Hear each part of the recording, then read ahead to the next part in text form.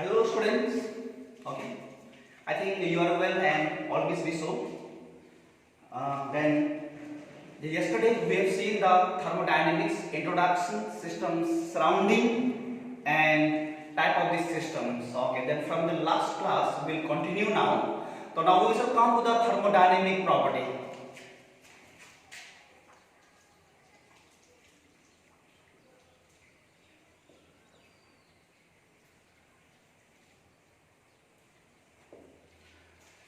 So last video I hope you have all seen and you have enjoyed. Okay, पढ़ाई करना देखो बिना पढ़ाई होगा नहीं. Thermodynamics property. तो thermodynamics properties का various types. So what are the properties? Okay, क्या क्या properties है thermodynamics? We will see that. Okay, number one. तो number one में है macroscopic.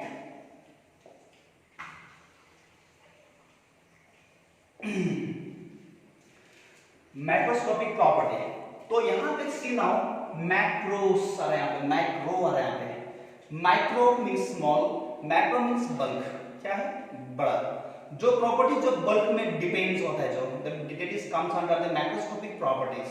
तो क्या कहना है वो? प्रेशर आएगा, वॉल्यूम्स आएगा, टेंपरेचर्स आएगा, नंबर ऑफ मोल्स आएगा. ओके, तो that is bulk of the system. Next, property depends upon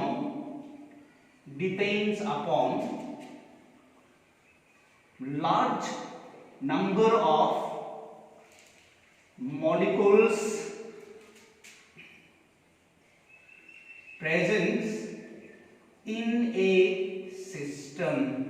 देखो मैं फिर से बोल रहा हूं. Okay, thermodynamics properties. Okay, under the thermodynamics property the first one is a macroscopic property. Macros means big. तो क्या है मैक्रो? देखो नाम है यहां पे macro. Macro means MACRO. Macro means big. Okay, तो नाउ सी, तो macro means that is the bulk of the system. जो मतलब बल्क में जो लार्ज में डिपेंड्स होगा जो.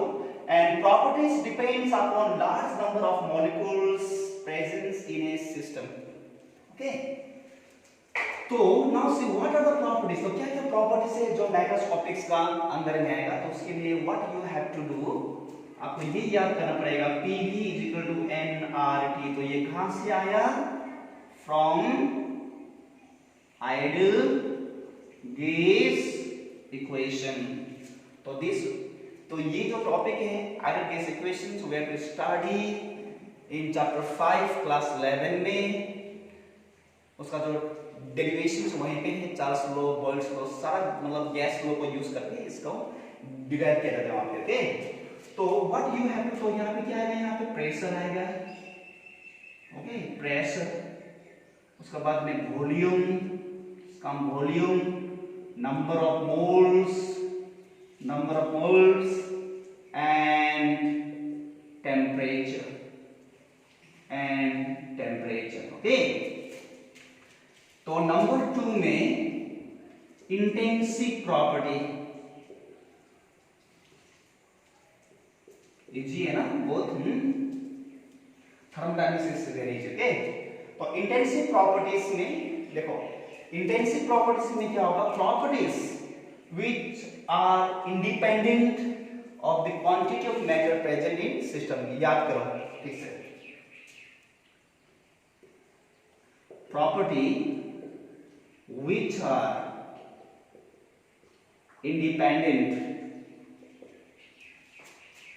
of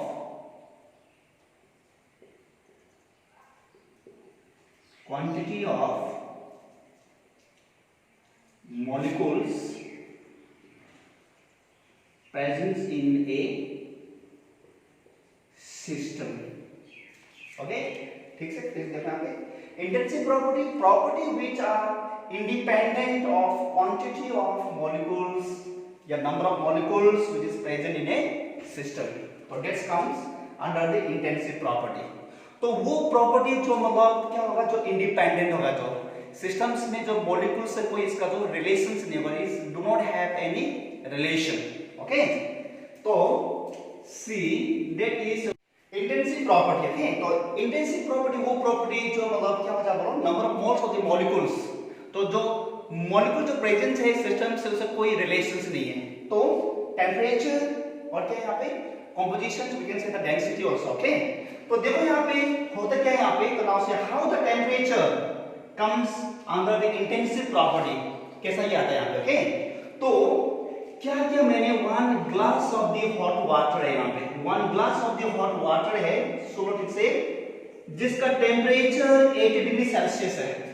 ओके, टेम्परेचर देखो यहाँ पे, इसका वॉल्यूम ओके इसमें जो मान लो 100 ml है यहाँ पे, तो 100 ml of the hot water है जो टेम्परेचर इसका 80 डिग्री सेल्सियस। तो मैंने क्या किया, व्हाट आई हैव डन, तो इसको मैंने क्या किया, दो स्मॉल ग्लास में मैंने इसको डिवाइड कर दिया। इसको मैंने तो 2 स्मॉल ग्लास में मैंने इसको डिवाइड कर दिया। तो यहां पे दे दिया मैंने 50 ml और यहां पे दे दिया मैंने 50 ml। तो वॉल्यूम तो चेंज हो गया यहाँ पे। तो 100 ml of the water, hot water जिसका जो temperature 80 degree Celsius, I have divided into the small glasses 50 ml 50 ml। तो अभी यहाँ पे क्या सेम होगा, वॉल्यूम तो चेंज हो गया। तो volume is not a intensive property, sorry not a intensive property. Yes okay, तो अभी यहाँ पे इंटेंसिव प्रॉपर्टी क्या चेंज नहीं होगा यहाँ पे। तो ओके, तो यहाँ पे जो मतलब यहाँ पे जो क्या चेंजेस नहीं होगा, जो चेंजेस नहीं होगा यहाँ पे टेम्परेचर यहाँ भी 80 डिग्री सेल्सियस ही रहेगा और temperature in this case also 80 degree Celsius.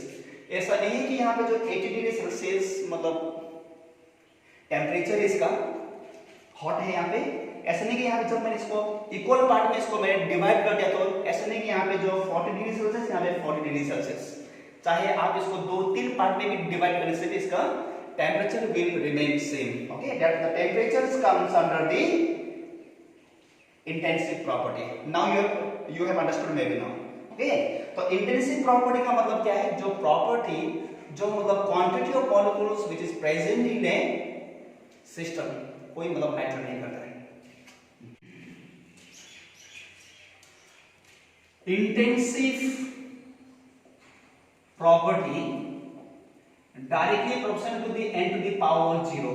तो n is a number of moles। Okay, तो ये वाला फॉर्मूला आप लोगों को याद करना पड़ेगा।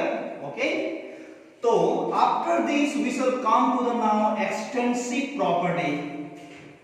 तो थर्मोडायनामिक्स प्रॉपर्टीज का अंदर ही आता है यहाँ पे extensive property. The extensive property is just it is opposite of the intensive. तो इंटेंसिव क्या था, इंडिपेंडेंट था, तो यहाँ पे क्या होगा, डिपेंड करेगा। यहाँ पे property which depends upon the number of molecules in a system। तो number of molecules in a system जो डिपेंड करते हैं यहाँ पे। तो now see the property which depends upon the number of molecule which is present in a system में depend करते हैं यहाँ पे। तो टेम्परेचर था, तो इंटेंसिव प्रॉपर्टी में हम लोग ने क्या किया था यहाँ पे, 80 डिग्री सेल्सियस का जो मतलब वाटर को हॉट वाटर क्या किया था मैंने, मतलब 100 ml था, तो 50-50 मतलब 50-50 करते तो temperature will still will be the same. Okay, तो यहाँ पे आएगा volume. Okay, volume can be change हो जाएगा। चलो यहाँ पे क्या था, फिर जब यहाँ पे तो 100 ml इसका वॉल्यूम है। अगर मैंने इसको 2 पार्ट में इसको डिवाइड कर दे यहाँ पे इक्वली, तो क्या हो जाएगा यहाँ पे 50 ml और यहाँ पे क्या हो जाएगा 50 ml। ओके, तो वॉल्यूम चेंजेस हो रहा है यहाँ पे। तो दिस इज द, तो ये क्या है, एक्सटेंसिव प्रॉपर्टी के अंदर में आएगा। तो वॉल्यूम, इसको ये याद करो, तो volumes comes under the extensive property. Okay, तो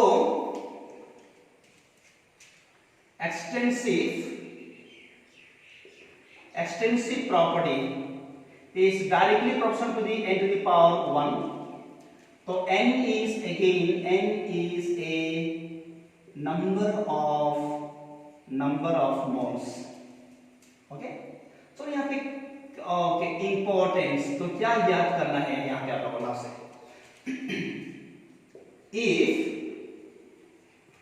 if extensive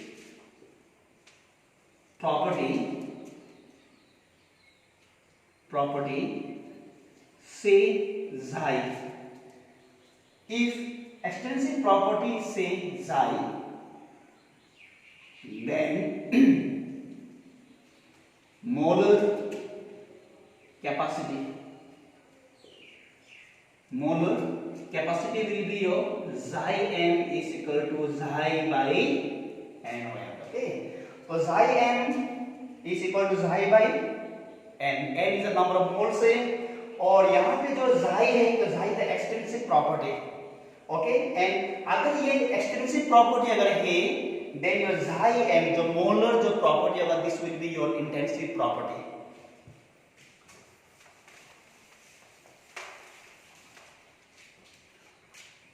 Xi is a extensive property, then xi m is an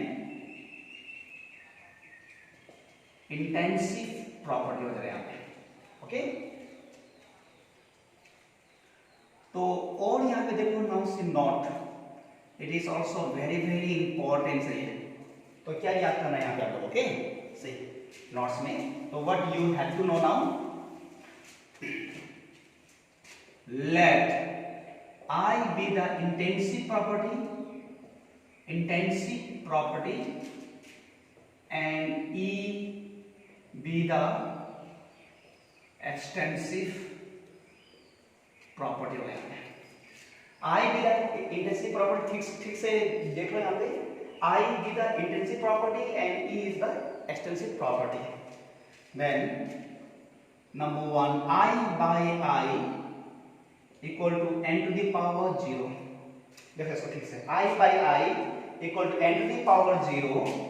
Then your I by I is an extensive property. तो यहाँ से बहुत सारा questions medical engineering entrance exam में आए यहाँ पे, तो ठीक से देख लो इसको. Okay, now see after that one, number 2, E by E directly proportional to the n to the power 1 by n to the power 1 equal to n to the power 0. In this case, अगर ये conditions है यहाँ पे, okay, if this condition is here, then E by E is an intensive property. Okay, please remember this one. And number 3, I by E directly proportional to the n to the power 0 by n to the power 1 is equal to n to the power minus 1. अगर ये condition है, फिर देखें आप number 3 में, if this condition is here, then I by E is either extensive or either intensive property. ठीक से देखो. Okay, please go through it nicely. Number 4, E by I direct proportional to n to the power 1 by n to the power 0 equal to n to the power minus 1. अगर ये condition is there, if this condition is there, then E by I is an extensive property. Okay, please go through it. Okay, देख लो ठीक से इसको. Okay, then number 4, state of a system. Okay, students लोग बार बार बोलते हैं कि thermodynamics बहुत hard है, but it is thermodynamics hard नहीं है, इजी है. तो उसके लिए पहले हम लोग कॉन्सेप्ट, ओके, कॉन्सेप्ट अंडरस्टैंडिंग होना, कॉन्सेप्ट का आइडिया होना बहुत इंपॉर्टेंट है. तो next, state of A system. देखो क्या होगा ये,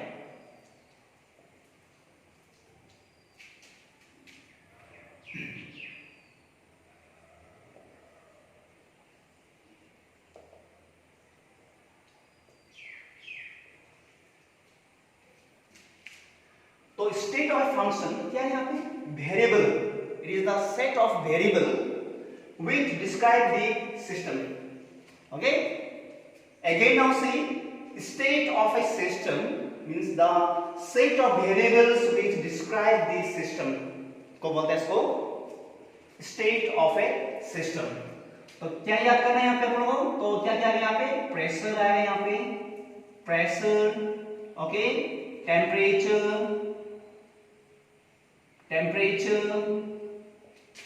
कंपोजिशन, याद करो ठीक से। Number 5 state function, state function, those the property which depends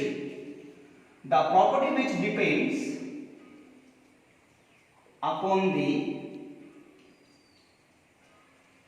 state of a system. Please get this, okay? The property which depends upon the state of a system is called क्या है? State function. तो यहाँ पे क्या होता है? यहाँ पे जो पद भी आ जाता है फ्रॉम इनिशियल से फाइनल, तो this how this will see that, okay? तो स्टेट फंक्शंस को और बेटरली जो अंडरस्टैंडिंग करने के लिए we will take the help of the mathematics way, okay? तो now see mathematics way, then how can we see the states function? Let define, okay, close interval a से कहां में? b में. a is the initial and b is the final. और यहां पे जो मैंने क्लोज कर इज द क्लोज इंटरवल में यहां पे और यहां पे which is equal to functions of x and y. देखो यहां पे फंक्शंस ऑफ क्या है? x and y. तो a variable x and y at initial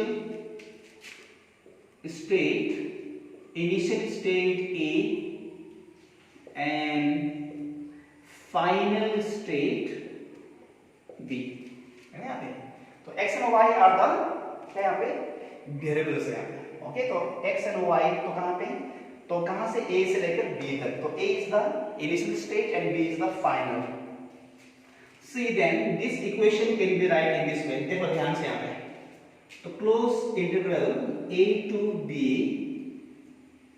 d phi.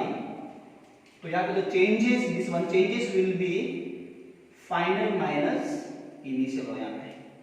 तो because a is initial and b is final, तो इसलिए मैंने इसको यहाँ पे लिखा है sir. And since for the closed curve, for a closed curve,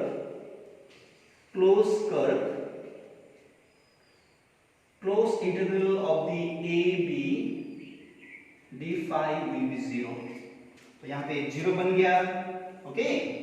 now उसके बाद में क्या होगा? This equation will become now phi b minus phi a.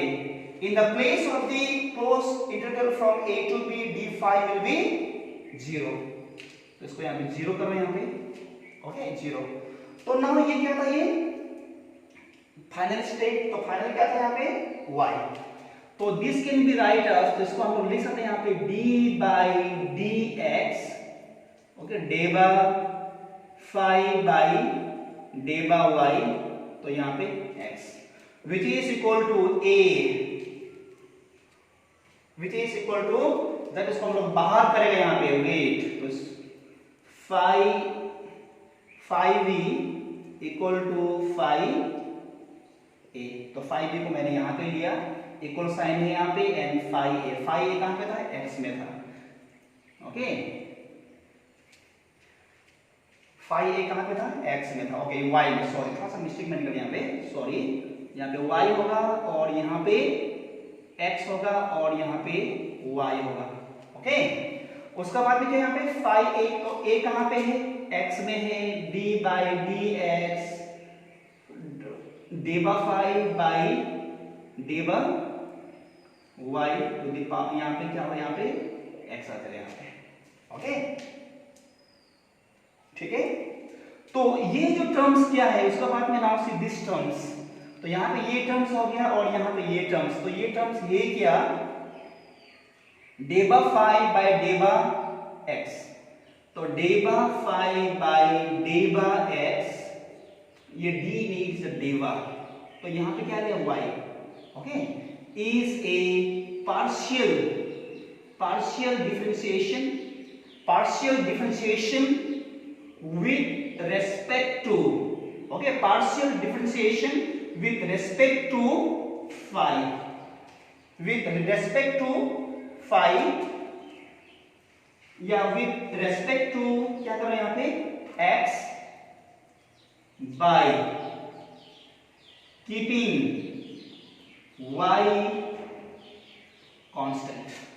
तो यहाँ पे वही जो है, यहाँ पे डेबा फाई बाय डेबा वाई एक्स, यहाँ पे क्या होगा, partial differentiations of the phi, क्या होगा, partial differentiations of the phi with respect to, partial differentiations of phi with respect to y by keeping x constant, ठीक है, ओके सी, देखो फिर यहाँ पे, ओके, तो यहाँ पे phi v, देखो फिर से देखो, यहाँ से देखो ये चेंजेस है, चेंजेस मतलब क्या हो गया, यहाँ पे फाइनल माइनस इनिशियल हो गया, फॉर ए क्लोज के लिए जीरो मतलब हो जाएगा, तो जब ये जीरो हुआ, देखो यहाँ पे जीरो था, तो ये जीरो हो गया, तो इसको मैंने बाहर कर दिया यहाँ पे, तो ये आ गया यहाँ पे, तो इसको मैंने ये ले लिया, इसका इक्वेशंस मैंने ये ले लिया, okay, that's with no doubt. और यहाँ पे डेबा फाई बाय डेबा एक्स वाई, तो क्या हुआ यहाँ पे, it is a partial differentiations of phi with respect to x by keeping y constant, और ये जो होगा partial differentiations of the phi with respect to y by keeping x as a constant,